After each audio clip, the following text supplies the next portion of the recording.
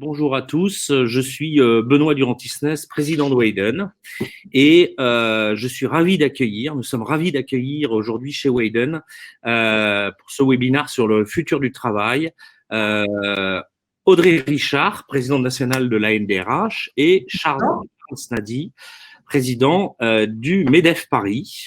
Alors, rapidement, pour vous présenter tous les deux, Audrey occupe des fonctions de direction RH dans les plus grands groupes français.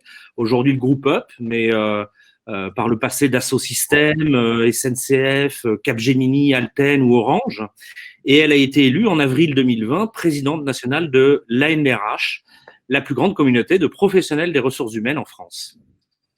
Et maintenant, si je vous dis Ispahan, 2000 feuilles, Satine, tout le monde a reconnu la signature de la maison Pierre Hermé.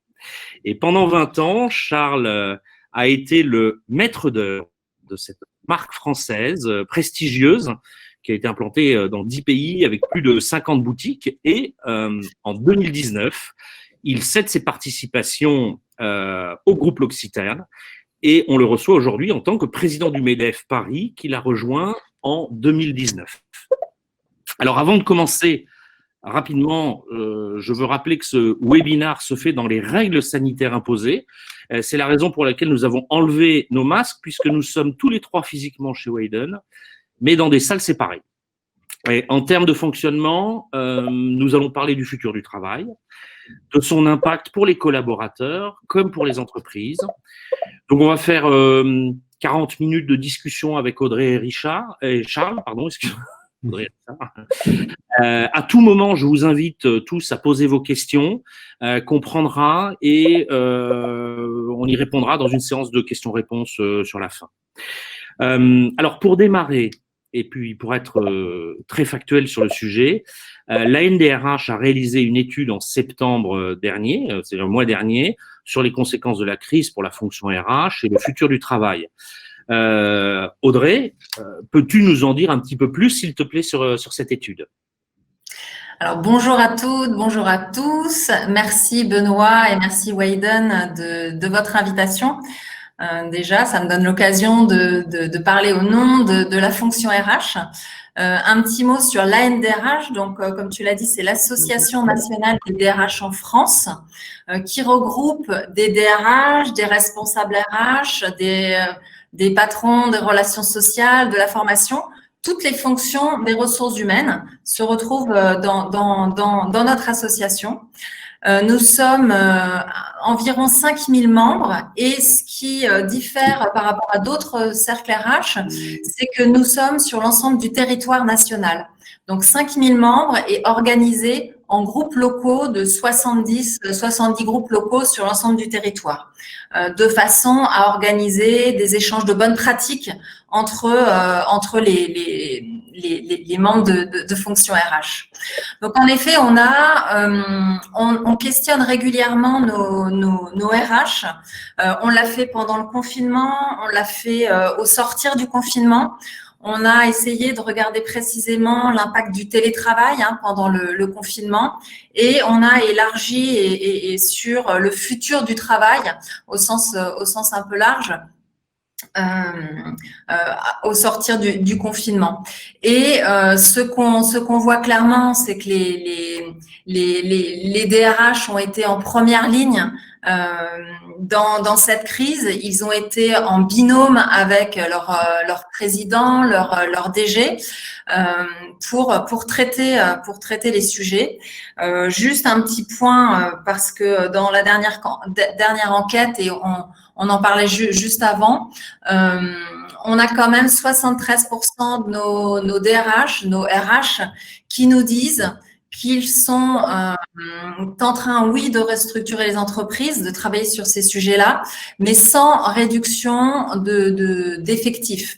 Donc, ils se battent pour faire vivre et poursuivre leur activité sans forcément d'impact sur la réduction d'effectifs, contrairement à ce qu'on voit aujourd'hui quand on allume la radio, la télé. Donc, je voulais juste, en point d'entrée, souligner cela et après, on rentre bien sûr dans les détails. Alors, justement, Charles, ça me permet de rebondir. Est-ce que tu peux nous parler peut-être de la situation actuelle des entreprises en France ? Oui, alors d'abord aussi pour préciser le champ du MEDEF, hein, du MEDEF Paris. Oui. Moi, j'ai été élu président à la fin de l'année dernière et j'ai pris mes fonctions juste au début de la crise du Covid. Le MEDEF Paris, c'est quoi? C'est l'organisation territoriale du MEDEF qu'on connaît, hein, sur le territoire de Paris. On regroupe les entreprises parisiennes, en gros un millier d'entre elles, plus une vingtaine de fédérations professionnelles qui elles-mêmes représentent plusieurs milliers d'adhérents. C'est quoi? C'est d'abord un business club parce que c'est un endroit où des entrepreneurs et des entreprises se rencontrent. Et je pense que c'est important parce qu'on a besoin d'échanges, on a besoin de fluidité. C'est aussi un lieu dans lequel on fait de l'accompagnement et du décryptage. C'est-à-dire qu'une entreprise, je ne parle pas des grandes hein, qui ont des services qui sont très structurés, mais les PME, les PMI, les ETI, parfois, ça peut leur arriver qu'elles aient des difficultés avec l'administration, qu'on ne se comprenne pas tout à fait avec l'URSSAF, avec le fisc, avec telle organisation. Nous, on est là pour les aider à aplanir ces difficultés parce qu'on aide à appuyer sur le bon bouton. Et puis, on fait un travail d'accompagnement sur la situation actuelle, c'est très important, le décryptage de toutes les mesures qui sont aussi bien pour le soutien aux entreprises que pour la relance des entreprises. Ben là, on a un boulot qui est considérable. On faisait ça avant, hein, mais en ce moment, c'est vraiment le cœur de l'activité du MEDEF. Donc, la situation, elle est très contrastée. Moi, je rebondis sur ce que disait Audrey, hein. On nous parle de plans sociaux dans les médias. C'est vrai qu'il y a des situations qui sont complètement dramatiques, Bridgestone, etc., qui occupent l'actualité. Dans la pratique, ce qu'on constate, c'est qu'il n'y a aucune entreprise qui va vouloir se séparer de ses collaborateurs de gaieté de cœur. Il faut voir que recruter des gens, c'est jamais simple. Recruter des talents, c'est jamais simple. Les former, les encadrer, les accompagner, les faire grandir dans l'entreprise, tout ça, ça fait partie du quotidien des entreprises. Donc, les voir partir, c'est pas quelque chose qu'on fait de gaieté de cœur. En réalité, on a par contre des entreprises qui étaient déjà peut-être fragilisées par la concurrence, par la situation internationale, etc., qui aujourd'hui peuvent se retrouver le dos au mur. Et c'est pour ça que l'État a engagé des mesures de relance qui sont très sectorielles. Et on voit bien les secteurs sur lesquels l'accompagnement de l'État se porte en priorité. Les DRH, d'ailleurs, à 41% dans l'étude de la NDRH, sont attentistes à ces mesures de relance. Et Charles, tu parles effectivement de cette incertitude qui s'exprime au travers d'anxiété au niveau des collaborateurs. Audrey, j'avais envie de te demander quelles sont les bonnes pratiques que vous avez expérimentées ou fait l'expérience pour gérer cette incertitude, cette anxiété de la part des collaborateurs.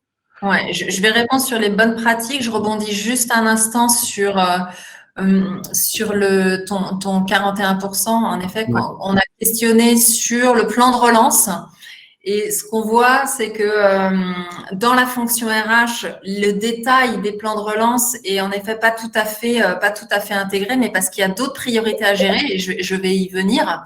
Donc, ce qu'on a vu, c'est que toutes les aides de l'État, que ce soit pour l'activité partielle, pour les formations autour des formations FNE, ça a été vraiment apprécié et les entreprises se sont saisies de toutes ces aides, ça c'est clair. Dans le futur, sur les détails du plan de relance, là il y a encore du travail parce que ce qui se passe, c'est que quand on interroge sur les DRH sur les priorités de maintenant à fin 2020, alors qu'ils ont le choix dans pas mal de possibilités, ils nous disent, moi, ma priorité pour 2020, c'est de gérer les mesures sanitaires autour du Covid, c'est de gérer l'organisation du travail avec le télétravail et l'accompagnement managérial.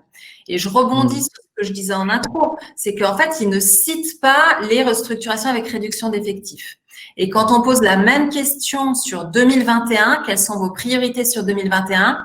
Ce qui ressort en premier concerne la gestion du management, parce que on va plus être managé de la même façon, et donc l'accompagnement du management est capital.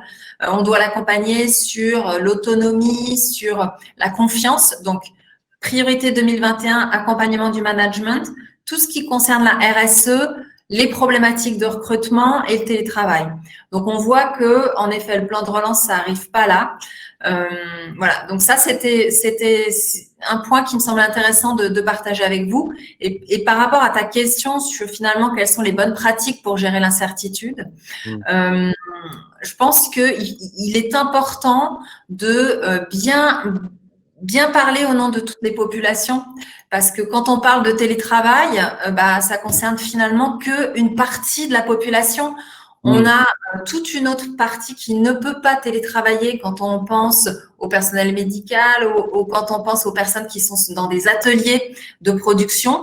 Donc, il faut toujours avoir en tête, en tout cas, les RH ont bien ça en tête parce qu'elles gèrent l'individuel, mais elles gèrent aussi le collectif. Donc, elles doivent gérer ceux qui ne peuvent pas télétravailler, ceux qui peuvent télétravailler. Et quand on est en télétravail, on a les équipes sur site, les équipes hors site. Et en plus, on a celles qui sont, pour certaines, encore en activité partielle. Donc, et tout cela ne se gère que correctement avec de la com renforcée et dialogue avec les partenaires sociaux. Ouais, absolument. Et alors, c'est rigolo parce que l'autre jour, je discutais avec les clients justement si on reprend soin sur le télétravail et ils me disaient, en fait, ce qu'on constate là, c'est qu'on a actuellement trop de gens au bureau et ce qu'on commence à entendre, c'est qu'ils reviennent parce que aussi ils en ont marre de l'isolement. Finalement, ils s'aperçoivent qu'ils travaillent plus. Ils ont des difficultés, en tout cas pour ceux qui sont concernés, comme tu le dis, à gérer la sphère perso de la sphère professionnelle. Si je prends le prisme, et là peut-être en écho à Charles, dans le mot télétravail, pour être un peu polémique, il y a le mot télé et il y a le mot travail. En tout cas, c'est la perception et l'attitude de certains dirigeants qu'on côtoie dans le management de transition. Et finalement, quand on regarde les chiffres, les collaborateurs travaillent. Il y a une étude qui est sortie, en moyenne 48 minutes de plus, parce qu'il n'y a pas de commuting, etc.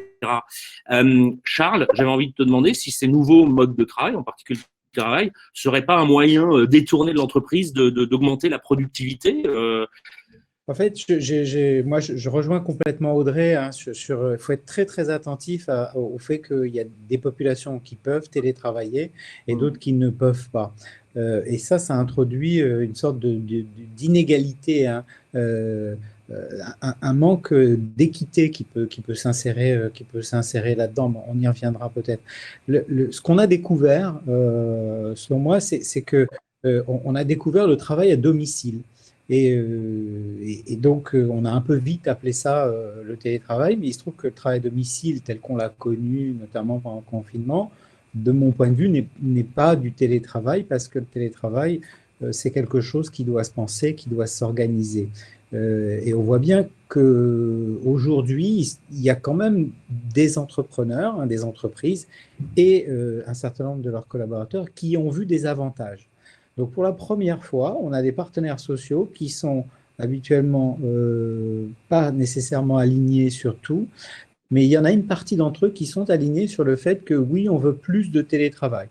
Et si on s'intéresse que à cette catégorie-là, il faut se dire que finalement, il y a une chance pour faire évoluer notre relation au travail, parce que si les deux parties sont d'accord sur l'objectif, il n'y a pas de doute qu'elles vont arriver à se mettre d'accord sur les modalités. Donc, ce que je vois qui est sous-jacent et qui est intéressant là-dedans, c'est que toutes les crises, on l'a vu sur les précédentes, la crise de 29, les guerres mondiales, etc. Je ne parle pas de la crise des subprimes, qui était une rigolade par rapport à ce qu'on vit aujourd'hui, mais toutes les crises entraînent des changements, et des changements extrêmement profonds. Changement en termes changement, ça veut dire destruction, ça veut dire mutation et ça veut dire disruption. Donc là-dedans, il y a, à mon avis, la possibilité d'inventer de nouvelles formes de travail, dont le télétravail. mais il faut bien voir tout ce que ça entraîne, y compris, je reviens au propos d'Audrey initial, y compris sur les gens qui ne peuvent pas télétravailler. C'est vrai on a tendance à voir une partie de la population quand on est concerné soi-même par le télétravail, mais du reste, également dans l'étude, pour 93% des DRH, ces nouveaux modes de travail vont impliquer la nécessité de la refonte du système managérial. Je m'appuie aussi sur une étude du BCG récente, où il ressort que le rôle du manager est amené à évoluer pour clarifier ses priorités, c'est donner plus de sens, des objectifs clairs et atteignables, développer les études, peut-être travailler différemment. On a en France un historique assez vertical du management, et c'est une question que j'ai envie de poser à tous les deux. Est-ce un peu la fin de la culture à la française? Est-ce que cette crise remet en question finalement les fondamentaux de la culture à la française dans le travail? J'y vais. Allez, Déjà, c'est l'étude BCG à NDRH, attention. Ah, excuse-moi. Évidemment. Je rebondis sur tes propos, Charles. Le télétravail, alors quand on questionne les DRH, c'est quelque chose qui est attendu par les candidats, par les salariés, parce que ça a un impact sur la qualité de vie au travail. Et par rapport à la productivité, nous, on a posé la question et les DRH nous disent oui, on voit une augmentation de la productivité. C'est clair. Sauf qu'en fait… Pardon Audrey, et aussi, je le vois dans mes adhérents, hein, la réduction aussi des jours d'absence dus aux maladies, qui est incontestable. Hein, Donc, évidemment, les 5 jours sur 5, ça, c'est clair que c'est pas ce qui est recommandé. Mais par rapport à la productivité, ce qu'on voit, parce que finalement, les entreprises travaillent en mode hybride, mais ce qu'on voit, c'est que quand on télétravaille 2 jours à la maison, 3 jours en entreprise, là, on voit un impact sur la productivité. Et dès qu'on switch sur 3 jours à la maison, 2 jours en entreprise, c'est-à-dire qu'on passe plus de temps à la maison, là, on voit un impact sur de la productivité, mais plutôt en baisse. Donc, voilà, c'était juste ce point de détail. Et par rapport à Benoît, ta question sur finalement, est-ce que c'est en termes de management, est-ce que c'est la fin de la culture à la française? Je dirais que oui. Je dirais que on a des entreprises bien françaises qui étaient contre le télétravail, qui interdisaient le télétravail pour des raisons de confidentialité, d'organisation du travail, etc., qui ont du coup, pendant le confinement, utilisé le télétravail. Donc, elles ne peuvent plus revenir en arrière parce que là, il va y avoir la pression des salariés, des organisations syndicales. Et donc là, il est capital de retravailler sur les pratiques managériales. Il y a une refondation nécessaire des pratiques managériales. C'est quoi un manager? C'est un manager qui sait donner le sens, qui sait faire monter en compétences, qui sait fixer des objectifs clairs, mesurables, qui explique ses décisions, etc. Et donc ça, c'est à construire dans les entreprises avec l'aide des RH notamment. Et tu sais, c'est marrant ce que tu dis parce qu'en fait, nous, on le voit dans le management de transition par un fait, c'est que dans les missions qu'on opère, les managers, depuis quelques années, sont de plus en plus jeunes. Et je pense qu'il y a une charnière qui arrive, en tout cas, moi, je suis transformé chez Wayden par rapport à la crise et par rapport aux positions sur le télétravail, hein, je l'avoue, et mais l'ensemble de l'équipe le sait. Dans 4-5 ans, les premiers millennials vont avoir 45 ans et ils vont commencer à prendre des positions de dirigeants. Et qu'on le veuille ou pas, c'est comme dans les générations avant, c'est eux qui ont raison et les modes de pensée vont évoluer et tout ça. Et c'est peut-être les prémices qui ont été accélérées par cette crise. Et effectivement, la refonte des modèles managériaux vont se faire naturellement. En tout cas, c'est ce qu'on constate parce que on vient onboarder des gens un peu en mission de transition pour donner le momentum de changement. Mais finalement, c'est le besoin de l'entreprise en soi, par cette culture, de changer. Charles, tu voulais peut-être dire quelque chose sur les… Oui, sur la culture à la française, la question, hein, moi, je voudrais juste élargir un tout petit peu les limites de cette culture à la française. Parce que, regardez, plus de télétravail dans un environnement comme celui de Paris et de la région parisienne, ça va forcément impacter des externalités à l'entreprise qui vivent du monde de l'entreprise. C'est-à-dire qu'à partir du moment où on admet que, je ne sais pas moi, dans un quartier comme La Défense, il y a 40% d'heures travaillées en moins à l'échelle du quartier, on voit bien que pour les gens qui font de la restauration collective, les gens qui font des lieux de détente, etc., qui se sont greffés sur l'économie du quartier, ben, ça fait 40% de business en moins. Alors, du coup, ça fait, je ne sais pas, moins de plongeurs, moins de personnes pour ramasser les plateaux repas, que sais-je encore. Et vous voyez qu'on va impacter directement des emplois qui sont plutôt fragiles, qui sont déjà fragiles, déjà exposés. Ça, c'est une des conséquences. La deuxième conséquence, c'est sur les réseaux de transport. Aujourd'hui, on a dimensionné l'infrastructure de transport de Paris et de la région parisienne en fonction de besoins, de ce qu'on considérait être la croissance, les entreprises, machin, etc. On est en train de construire le Grand Paris Express. Et il faut savoir une chose, c'est que vous, en tant qu'entreprise, je pense que les DRH le savent, mais souvent les patrons de boîtes ne le savent pas très bien, c'est qu'à Paris et dans les Hauts-de-Seine, il y a une taxe qui finance le réseau de transport. Et cette taxe, elle est basée sur la masse salariale. Donc 3% de la masse salariale vont au financement du réseau de transport. Donc si demain, l'entreprise réduit son utilisation de 40% en partant du principe que c'est 2 jours, 3 jours, hein, on va dire 40%, bah, est-ce que ça veut dire qu'il faut aussi travailler sur la taxe qui finance le réseau de transport et peut-être même revoir la manière dont on a décidé des investissements sur le déploiement du Grand Paris Express, le tramway, les nouvelles lignes de RER, que sais-je. Vous voyez, donc tout ça, ben, ça fait partie de la vision globale du télétravail. En tout cas, il me semble qu'il faut y penser, il faut l'intégrer. Et peut-être pour garder l'ouverture que tu as donnée à ce point-là, sur la refonte du lien managérial, et ça correspond à une première question qu'on a, peut-être Audrey, est-ce qu'il y a aussi forcément à penser une refonte du contrat de travail? En tout cas, nous, on le voit bien dans le management de transition où il y a une nouvelle façon d'intervenir qui devient un vrai métier à part entière, mais au sein de l'entreprise, par rapport au sacro-saint CDI, etc. Est-ce qu'il y a un sujet, il y a un sujet forcément, mais dans quelle mesure? Ouais, il y a un sujet qui existait déjà hein, sur le contrat de travail, sur le lieu de travail, mais qui a été amplifié. En effet, là, je vois à travers les questions, on pourra peut-être y revenir, mais sur finalement, est-ce qu'on ne voit pas des entreprises qui se mettent à délocaliser la main-d'œuvre? Et je dirais que de ce qu'on voit, hein, bien sûr, faut prendre ce recul, mais de ce qu'on voit, on voit des entreprises qui qui proposent du télétravail, qui demandent à venir sur site. Il y a d'autres entreprises, moindre quantité, hein, mais qui disent full télétravail.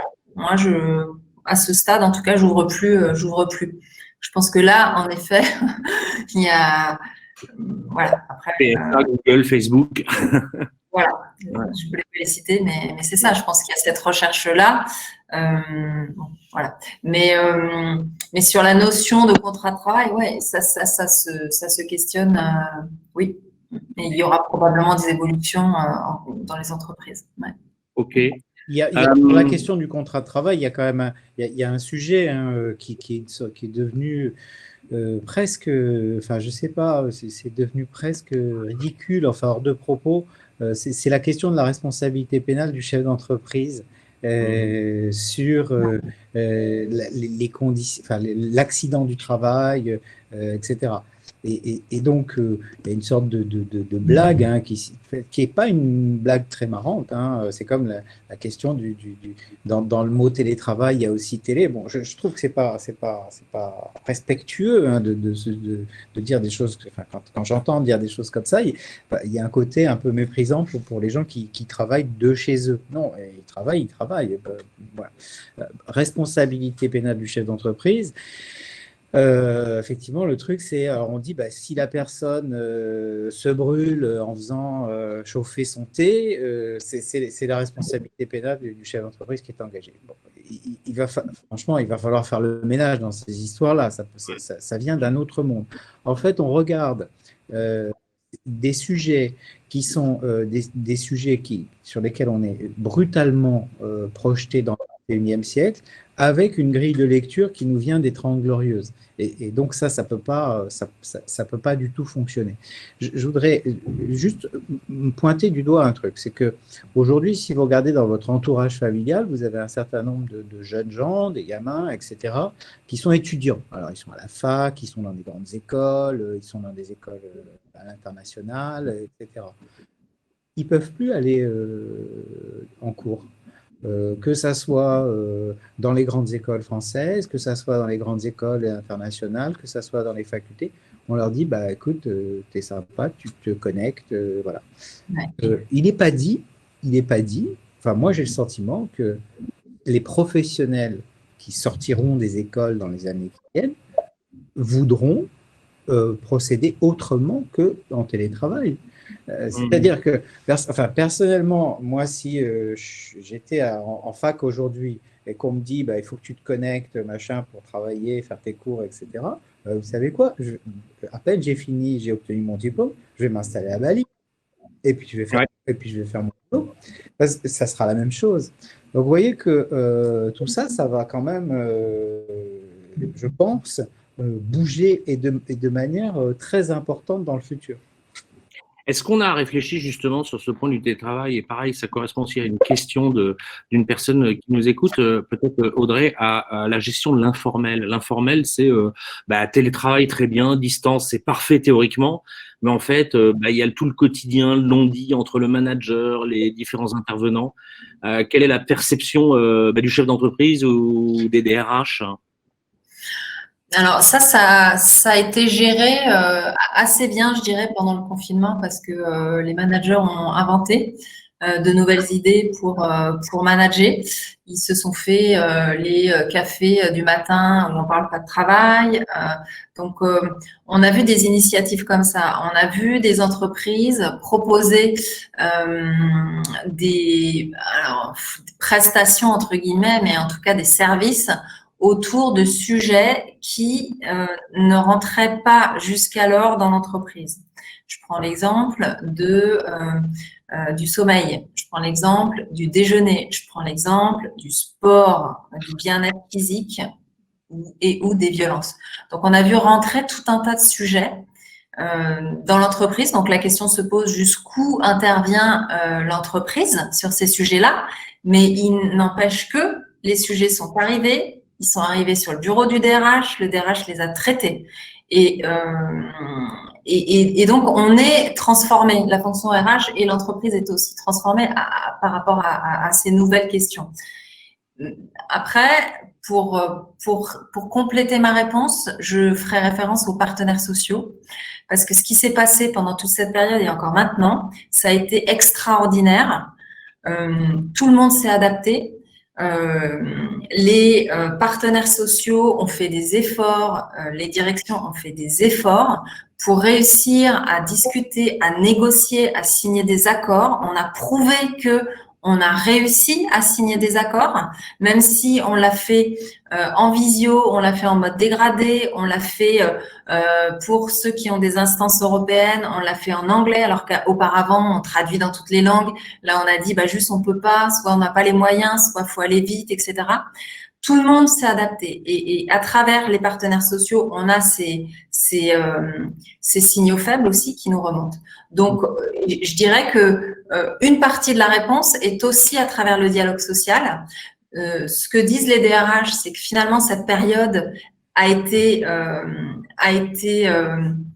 alors j'ai utilisé le mot d'extraordinaire, mais ça a été efficace.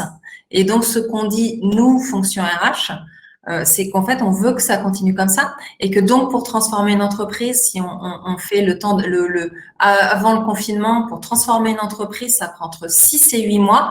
Aujourd'hui, il n'y a plus personne qui veut ça. Ni les salariés, ni les chefs d'entreprise, ni les partenaires sociaux. Et donc, on essaye de militer là-dessus en expliquant que nous, on veut que ça continue avec des délais et des assouplissements qui nous ont été permis on a eu ces autorisations-là et on veut que ça continue. Et quelles sont, selon toi, Audrey, pour continuer les actions justement à mener pour donner les moyens au DRH que ça continue? C'est-à-dire, là, le DRH, il a été mis au centre de l'entreprise par l'humain. En tout cas, c'est ce qui ressort parce qu'on a dû s'adapter. Et quand on crée le momentum, il faut mobiliser les hommes. Alors, c'est difficile à distance. Moi, je l'ai moi-même vu quand on faisait des zooms, des zooms de réunions en dessous de 3 personnes. En gros, c'est facile, il y a du lien. Au-dessus, ça devient déroutant. Donc, est-ce que tu peux nous éclairer un peu peut-être sur les actions à mener pour donner les moyens au DRH de réussir ce recentrage des fonctions RH? Ouais, mais en fait, les DRH ont pris ce rôle. Ils ont été en première ligne. Donc, en fait, aujourd'hui, le seul point, c'est que ça va probablement continuer dans la majeure partie des organisations parce que on a montré que ce binôme, il avait fonctionné. Les DRH, ils ont été là pour décortiquer tous les textes qui arrivaient à 22 heures pour mise en place le lendemain. Ils ont été là pour expliquer à tous les managers, les partenaires sociaux, les salariés, ce qui se passait. Ils ont été là pour mettre en place et ils ont donc tout ça au niveau collectif et ils ont été là pour prendre soin de l'individu. Donc, tout ce travail sur le collectif et l'individuel. Aujourd'hui, il ne nous semble pas qu'on va repartir en arrière.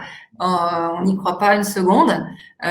Et ce qu'on a vu, parce qu'on a aussi questionné là-dessus, ça nous intéressait de savoir finalement au niveau des investissements comment ça s'est passé. Et ce qu'on a vu, c'est il y a eu un investissement fort sur les tuyaux, les ordinateurs, l'équipement, parfois les tables, les chaises chez les personnes, investissement sur les outils collaboratifs. Et donc, ces investissements, ils ont été faits.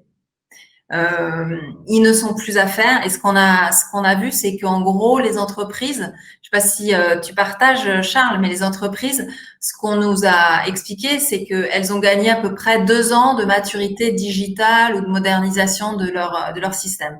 Donc ça, c'est finalement profitable pour tout le monde. Donc voilà. Donc il y a un cap qui est passé. Et maintenant, bon, faut consolider et organiser correctement et aider les managers, mais il y a vraiment un pas qui a été fait pour la fonction RH en fait. Un point peut-être aussi qui est une réalité de l'entreprise, et là je m'adresse à Charles, un chiffre qui m'a frappé dans l'étude, c'est 56% des DRH pensent que ça aura un coût mineur pour l'entreprise. En tant que dirigeant d'entreprise, je dois avouer que j'ai du mal à le croire, mais Charles, est-ce que tu as une vision, un point de vue sur le coût financier anticipé par les entreprises dans le cadre de toute cette transformation finalement? Oui, alors je ne sais pas, peut-être que les DRH, ils intègrent l'équation entre coût et recettes, et puis qu'à l'arrivée, ils disent bon, bah, ça aura un coût mineur. C'est possible qu'ils intègrent les gains aussi. Je pense que ça peut se faire. Alors, sur l'aspect les investissements qui ont été faits, je rejoins complètement Audrey. Ça s'est fait et ça s'est fait vite. Preuve s'il en est que parfois, quand on nous explique que pour mettre en place un nouveau, je sais pas, système de messagerie interne partagée, ça prend 8 mois, il faut faire appel à des experts, créer un groupe pilote, mettre en place des recettes qu'on va tester, etc. Bon, on a vu que ça pouvait aussi se faire en 3 semaines en mode livraison pizza et que finalement, ça fonctionne aussi. Donc, ça, c'est une chose. Je pense que les DRH aussi, alors, pardon, hein, je fais quand même un peu la publicité pour ma boutique, mais les DRH qui ont passé beaucoup de temps à décrypter peuvent utilement s'adresser au MEDEF Paris parce que tout le travail de décryptage, on l'a fait et on le met à disposition de nos adhérents pour que justement les DRH puissent, entre autres, puissent se concentrer sur la partie, on va dire, fondamentale, irremplaçable qu'ils font, qui est justement le côté humain. Parce que finalement, le côté, on va dire, juridique, etc., bon, ça fait partie du job, certes, c'est très prenant, mais le côté humain, c'est celui qui fait la différence. Au bout du compte, c'est ça qui caractérise, je crois, les entreprises qui sont vraiment performantes, des entreprises qui sont un petit peu plus dans la difficulté, c'est que bien souvent, il y a un DRH qui connaît son boulot. La question, il y a une autre type d'activité qui est montée dans les entreprises, c'est les DSI. Parce que avec cette situation, on a vu que finalement, c'était pas juste de réparer les photocopieuses et mettre en place tel ou tel système de serveur auquel personne ne comprend rien. C'est vraiment une fonction qui peut être structurante aux côtés du chef d'entreprise. Donc il y a eu cette évolution. Après, bon, honnêtement, je partage pas l'optimisme des DRH en disant que ça peut se faire à coût mineur. Peut-être que oui, au bout du compte, le coût sera marginal parce que on aura observé des gains, mais il faut pas se faire d'illusions. Cette histoire peut, à mon sens, avoir un impact sur le coût du travail. C'est-à-dire qu'on sait déjà qu'en France, en termes de coût du travail, on n'est pas les champions du monde. On a un système qui est très protecteur, etc. Donc, très bien, ça va. Mais du coup, le corollaire de ça, c'est qu'en termes de compétitivité, certaines entreprises ont du mal. Donc, en termes de coût du travail, ces évolutions, dans un premier temps, auront un coût. Après, est-ce qu'on sera capable de transformer ça en opportunité et que ce coût finalement se trouvera écrasé par les gains qui viendront en face? Je l'espère et je compte bien dessus, mais c'est pas gagné au départ. En tout cas, c'est pas donné comme tel. Oui, bien sûr. Alors, il est 13h37, on va encore prendre 5 minutes là sur l'étude et puis après, on prendra quelques questions. Il y avait un point qui m'avait marqué, et tu le disais, Audrey, tout à l'heure, dans la vision des DRH sur les priorités de 2020, c'était sur les mesures préventives et c'est vraiment ce qui ressort en amont. Mais dès qu'on se projette sur 2021, en deuxième position, il y a un élément important, c'est le développement des actions RSE, donc mobilité durable, écologie, engagement d'entreprise. 53% des DRH en font une priorité et c'est en augmentation de 26 points par rapport à 2020, avec une surreprésentation des petites entreprises qui n'ont peut-être pas encore pris conscience de ça.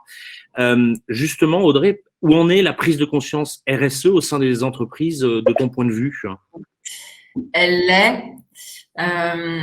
l'est encore plus quand on parle d'engagement des collaborateurs. Toutes les entreprises, quelle que soit la taille, quel que soit le lieu de l'entreprise,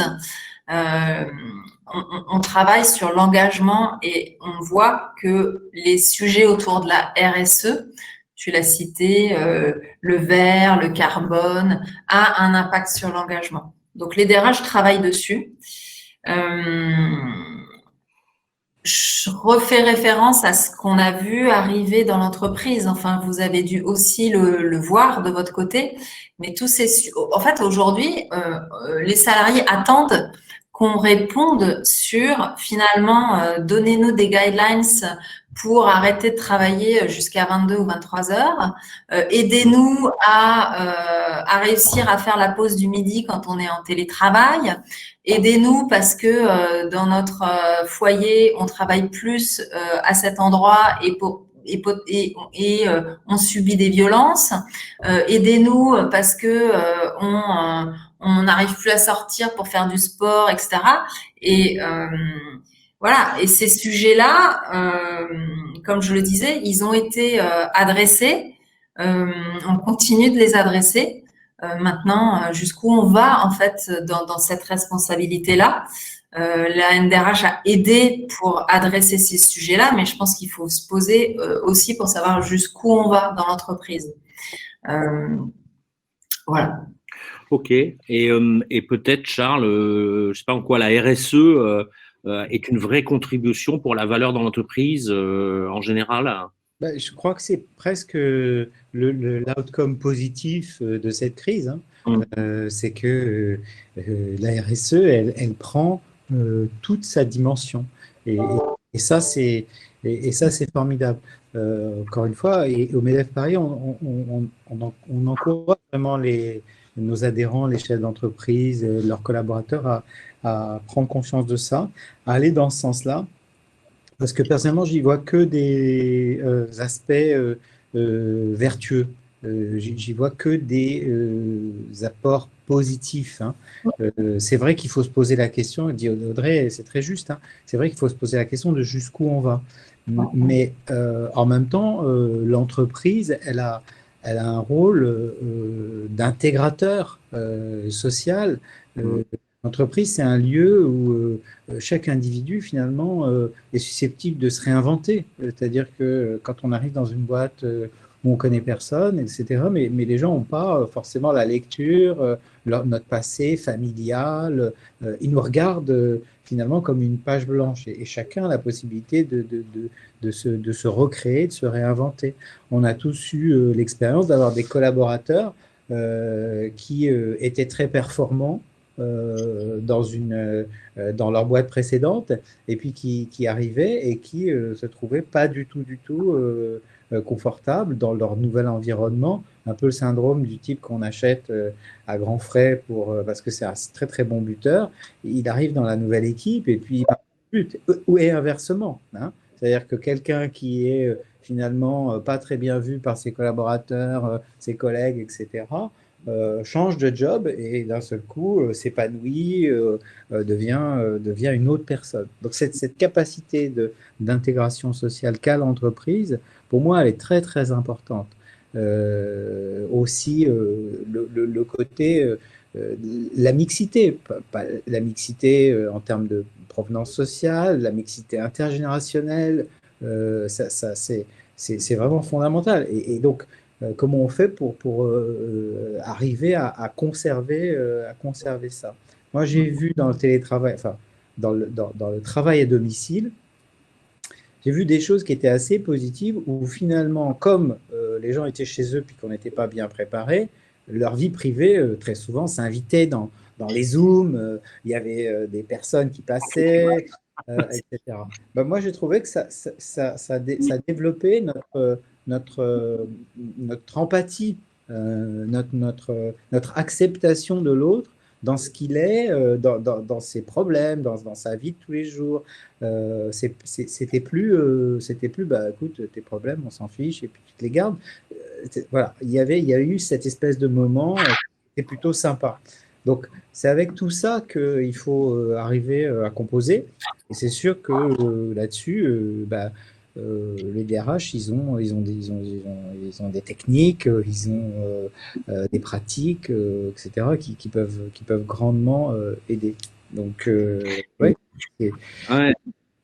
Mais c'est sûr que ça part aussi d'une volonté du patron de vouloir aussi aller dans ce sens-là. Et ça se joue à deux, hein, l'histoire. Ça peut pas se faire tout seul. Mais je te rejoins tout à fait. Et en fait, si je peux partager une perspective que j'ai constatée pendant cette crise, enfin à l'époque pendant le confinement en tant que président de Wayden, c'est que finalement j'ai découvert, et pour des bonnes raisons que j'ai exposées après, la RSE finalement c'est ça qui englobe tout ça. C'est-à-dire que on voit souvent la RSE en faisant des actions à l'extérieur pour aider telle ou telle cause. Mais en fait, la RSE, c'est pas ça. La RSE, c'est le care de ses collaborateurs à l'interne en premier, faire en sorte que les gens soient bien à l'interne. L'attention qu'on va porter sur ces produits et services pour les améliorer vis-à-vis de l'externe, etc. et enfin l'environnement. Et j'avoue que ça nous a fait au niveau de Wayden accélérer notre transformation vers une vraie démarche RSE sur ces derniers mois qui est engagée. On a monté un projet, on a nommé un directeur de projet qui est une des directrices associées de Wayden, Claire Hajman, avec un objectif de labellisation d'ici à la fin de l'année et un processus d'amélioration continue qui garantira la pérennité. Et je pense que c'est un vrai avancement pour l'entreprise qui a été, je pense, on en a pris la conscience par ce qui s'est passé depuis début 2020 et qu'on n'attendait pas du tout. Et donc c'est une belle avancée. Voilà, et c'est assez central. Je voulais vous remercier pour cet échange. Il y a plusieurs questions auxquelles on n'a pas encore répondu. Avant peut-être de prendre les questions, je voulais faire peut-être une rapide synthèse des quelques messages clés là qu'on a eu à échanger. Pour moi, le message numéro 1, c'est que finalement, dans toute crise, il y a des opportunités. Le Covid est un formidable accélérateur malgré lui pour repenser le travail en France, peut-être pour redéfinir une culture française un peu verticale et on va y être forcé. Un autre message là que j'ai noté au fur et à mesure de nos discussions, c'est que pour les entreprises, c'est une transformation peut-être à marche forcée, mais qui peut être gagnante si elle est synonyme de productivité, si elle est centrée sur l'humain comme vecteur de transformation, avec l'aide des DRH, bien sûr. Et puis, que le message 3 aussi, c'est que le vrai challenge aujourd'hui, on est tous au pied du mur, c'est que ces best practices soient acquises et s'inscrivent dans la durée pour pas être un feu de paille et pouvoir perdurer pour que l'entreprise se change avec peut-être un coup qu'on n'attendait pas accéléré, mais en tout cas, je pense que c'est une tendance de fond liée aussi à des nouvelles générations qui arrivent. Et comme tu disais, Audrey, on a peut-être gagné 2 ans d'accélération digitale, mais 2 ans, aussi, enfin plusieurs années de maturité en général pour l'entreprise. Et vous savez, moi, j'avais un patron il y a quelques années d'un grand groupe dans lequel je travaillais qui me disait toujours, dans toute chose, il y a du bon. Et il faut aller voir le bon qu'il y a dans toute chose. Merci. On va prendre quelques questions pour terminer. On a encore quelques minutes. Je les donne un petit peu dans l'ordre, dans le désordre. Hein. Certaines entreprises réfléchissent-elles à distribuer des espaces locaux, régionalement, coworking? Ouais, il y a eu un petit problème de son. Il me semble que tu parles des espaces, hein, du lieu de travail. Hein, certaines entreprises réfléchissent des surfaces de bureau. Ouais, il y a eu pas mal de questions là-dessus. Nous, ce qu'on voit au niveau RH, c'est que un certain nombre d'entreprises travaillent sur les réductions de surface immobilière, clairement. Ce qu'on voit, c'est que des entreprises ferment des petits sites en France pour lesquels elles pouvaient avoir quelques collaborateurs, 2, 3, 10 collaborateurs, au profit de nouvelles façons de travailler, notamment des espaces de l'utilisation d'espaces de coworking. Donc ça, c'est en train de s'organiser. C'est ce qui nous remonte. Donc ouais, un impact sur les surfaces immobilières. Je ne sais pas si Charles, oui, on voit un petit peu de tout. C'est vrai que nous, on travaille en relation avec l'hôtel de ville pour favoriser l'émergence de tiers-lieux dont l'objectif est de permettre aux salariés d'avoir une alternative entre le fait d'être en pur télétravail, c'est-à-dire de travailler à domicile, et d'avoir des lieux qui sont proches du domicile dans lesquels ils peuvent se rendre de temps en temps parce que pour tout un tas de raisons, ils n'ont pas envie de rester chez eux et ils ont besoin d'un échange, d'une proximité, etc. Voilà.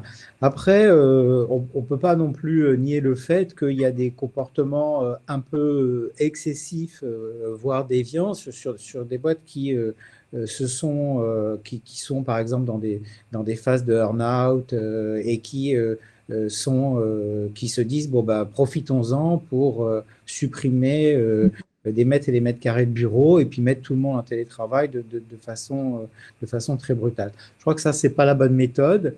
En tout cas, c'est pas du tout celle que on encourage auprès de nos adhérents. Voilà, ça doit se traiter de façon dans le dialogue social, dans la concertation.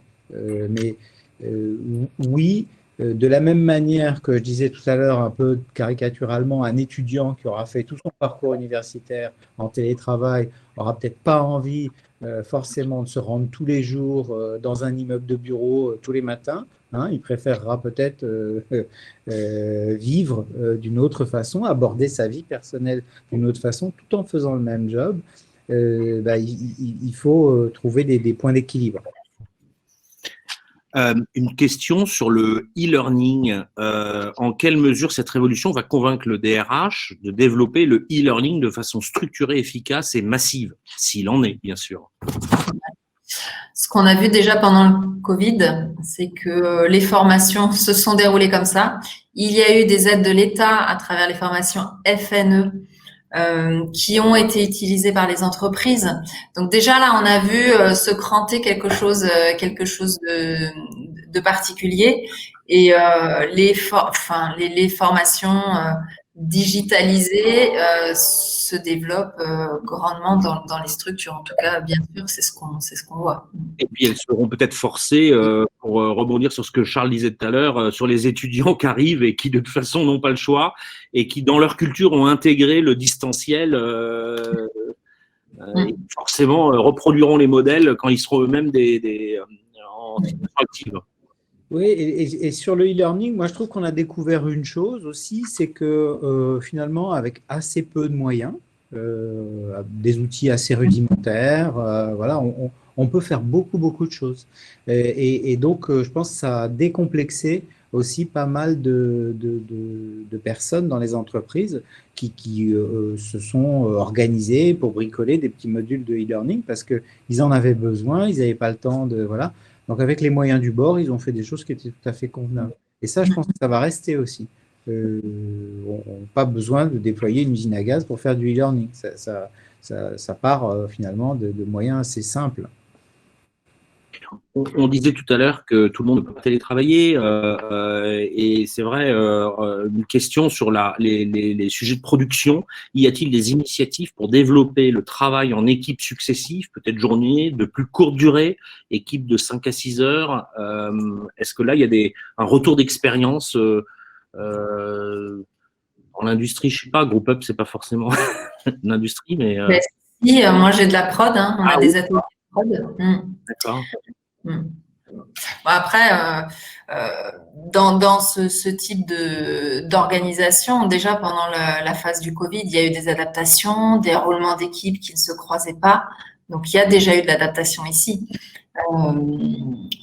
Bon, je dirais que après c'est d'actualité puisque il y a au niveau national des négociations sur le télétravail. Il faut prendre en compte, en effet, ces équipes. Après, ça, c'est en train de se construire. Aujourd'hui, rien n'est écrit et ce que les DRH disent également, c'est que finalement, au niveau local, on sait trouver toutes les solutions au niveau local. On n'a pas forcément besoin de négo au niveau national. Donc, parce que qui connaît mieux le terrain que les RH, les managers et les organisations syndicales. Donc, voilà. Donc, les solutions, elles se trouvent au niveau local. Après, ton organisation, Charles, comme la NDRH, elles sont là aussi pour faire que les fonctions se retrouvent, puissent discuter, partager les bonnes pratiques et qu'ensuite nous on puisse redescendre les infos pour celles qui en ont besoin. Donc je pense que ces échanges entre praticiens sont vraiment capitales pour ne pas rester seul et pour s'entraider également. Moi je crois beaucoup dans le temps, on appelait la méthode Kaizen. Hein. Ouais. C'est-à-dire on partait du principe. On l'appelle toujours. Hein. On l'appelle toujours, mais l'idée c'était qu'on partait du principe que les gens sur le terrain savent mieux ce qu'il faut faire et comment faire évoluer leur propre organisation que n'importe qui d'autre qui arrive. Voilà. Et donc, moi, je suis aussi très, très partisan du fait que ces questions-là doivent se discuter dans l'entreprise avec les personnes qui sont concernées au premier chef. Après, le rôle des organisations syndicales, comme le MEDEF, les organisations syndicales qui représentent les salariés, nous, notre rôle, il est un étage au-dessus. C'est-à-dire qu'en gros, on est là aussi pour remonter tout ce terrain, pour voir comment ça se passe concrètement, et puis pour aider le législateur, pour lui tenir la main, pour pas qu'il écrive des choses qui vont être contre-productives. Hein. Parce que quand au final, ça va se terminer par la détermination d'un cadre légal, si le cadre légal ne tient pas compte des pratiques, hein, on va se retrouver en décalage et forcément, ça va frotter. Mais pour l'instant, on a besoin d'avoir cette remontée du terrain. Et puis ensuite, on fera le travail pour dire à nos parlementaires et aux législateurs ce qu'on pense de la manière dont il faut que tout ça soit encadré et organisé. Ouais, tout à fait. Parfait. Bah, écoutez, on arrive au terme en fait de cette rencontre. Merci Audrey, merci Charles, avec vos visions complémentaires et élargies vu vos positions dans vos organisations respectives. Je voulais terminer sur un petit sondage qu'on a fait pendant 7 heures. Pour 94% d'entre vous, le futur du travail est une opportunité pour les entreprises. Donc voilà, je vais terminer sur cette note optimiste. Le webinar a été enregistré, il sera dans quelques jours à disposition de ceux qui voudront le revoir. Audrey, Richard, une petite conclusion, quelque chose à dire pour terminer? Je reprendrai ce que Charles évoquait. On a vécu des choses difficiles et c'est une opportunité pour inventer et réinventer le monde du travail ensemble. Moi, je dirais que dans cette affaire, le rôle du patron, moi je représente le patron, hein, donc le rôle du patron, il est primordial. En gros, je vois trois types trois typologies. Vous avez le manager opérationnel, hein, qui a les mains dans le moteur, qui se préoccupe de savoir comment la mécanique fonctionne. Vous avez le gestionnaire d'actifs, hein, c'est lui qui a le chapeau de forme et puis le cigare. Et puis, il y a le visionnaire, il y a l'entrepreneur créateur de valeur et créateur de valeur dans une vision de progrès. Et de progrès, pas simplement pour l'entreprise, mais pour le progrès de la société en tant que telle. Moi, je défends plutôt cette définition du patron, hein, un peu avec Joseph Schumpeter, je vais dans cette direction-là. Et je pense qu'une crise telle que nous la vivons aujourd'hui, de l'ampleur, de cette ampleur-là, hein, qui est vraiment massive, c'est une occasion d'une transformation schumpeterienne de la vie, de la société, du travail. Ben, sur cette note culturelle, merci Charles, merci Audrey, et puis à très bientôt. Merci. Merci beaucoup.